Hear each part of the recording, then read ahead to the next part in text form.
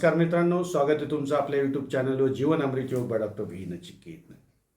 मी मागील भागामध्ये तुम्हाला सांगितलं आहे की चित्तवृत्तीचा निरोध कसा करायचा आहे, मी या भागामध्ये सांगणार आहे. तर गुरुवर्य पतंजलींनी या ठिकाणी सूत्र क्रमांक 12 मध्ये असं सांगितलेलं आहे की अभ्यास वैराग्याम तत् निरोध. म्हणजे त्याचा मराठीत मी पोळ या ठिकाणी सांगतो. अभ्यास म्हणजे अध्ययन. वैराग्य म्हणजे काय?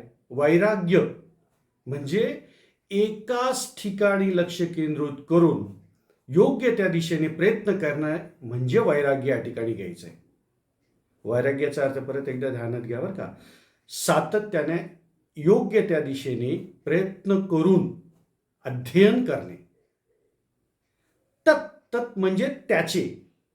निरोध म्हणजे मराठीमध्ये या सूत्रार्थ ध्यानात घ्या. अभ्यास वैराग्याम तत् निरोध म्हणजे सततचे योग्य दिशेने केलेले अध्ययन त्याचे निरोध करते. म्हणजे कशाची निरोध करते? तर ह्या ज्या चित्तवृत्त्या आहेत, ज्या तुम्हाला क्लेशकारक आहेत, प्रमाण, विपर्य, विकल्प, निद्रा, स्मृती, या ज्या 5 वृत्ती मी तुम्हाला सांगितलेल्या आहेत, या 5 वृत्तींचा विरोध करायचा म्हणजे सततचं अध्ययन त्या ठिकाणी लागणार.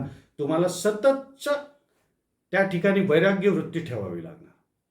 म्हणजे वैराग्याचा अर्थ अजून एक या ठिकाणी असा घ्यायचा आहे की कुठलंही कर्म जे करतोय आपण, ते कर्म करत असताना फळाची अपेक्षा आपल्याला त्या ठिकाणी ठेवायची नाहीये, हे ध्यानात घ्या. भगवद्गीतेमध्ये श्लोक आहे 2ऱ्या अध्यायामध्ये. काय येतो श्लोक? कर्मण्येवाधिकारस्ते मा फलेषु कदाचन मा कर्मफल हेतुर्भू माते संगोत स्वकर्मणी.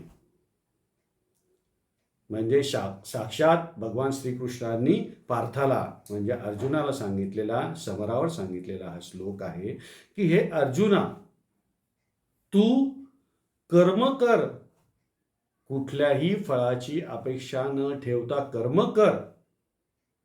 पण ते कर्म करत असताना कुठल्याही फळाची अपेक्षा न ठेवता कर्म करायचं तर आहेच, पण ते कर्म सुद्धा तुला टाळायचं नाही आहे. त्यातच खरा योग आहे. भगवद्गीतेमध्ये सुद्धा योगावर भाष्य केलेलं आहे, या ठिकाणी मी सांगतो. असो, आज आपला विषय सूत्र क्रमांक 12 वर चालू आहे. अभ्यास वैराग्याम तत् निरोध. सततचं अध्ययन, वैराग्य वृत्ती जर आपण बाळगली तर आपण ह्या चित्तवृत्तींचा निरोध करू शकतो. ध्यानात घ्या. आणि योगशास्त्रामध्ये येताना आपल्या चित्तवृत्तींचा निरोध हा फार महत्त्वाचा आहे.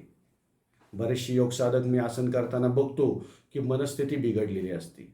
तुमची व्यवस्थित झोप झाली नसेल, तुम्ही कुठल्या विचारांमध्ये जर असताल तर तुमचा योग साध्य होत नाही, हे ध्यानात घ्या. मी कायम सांगत असतो की हा मनाचा योग सुद्धा आहे. नुसतं आसन म्हणजे योग नाही.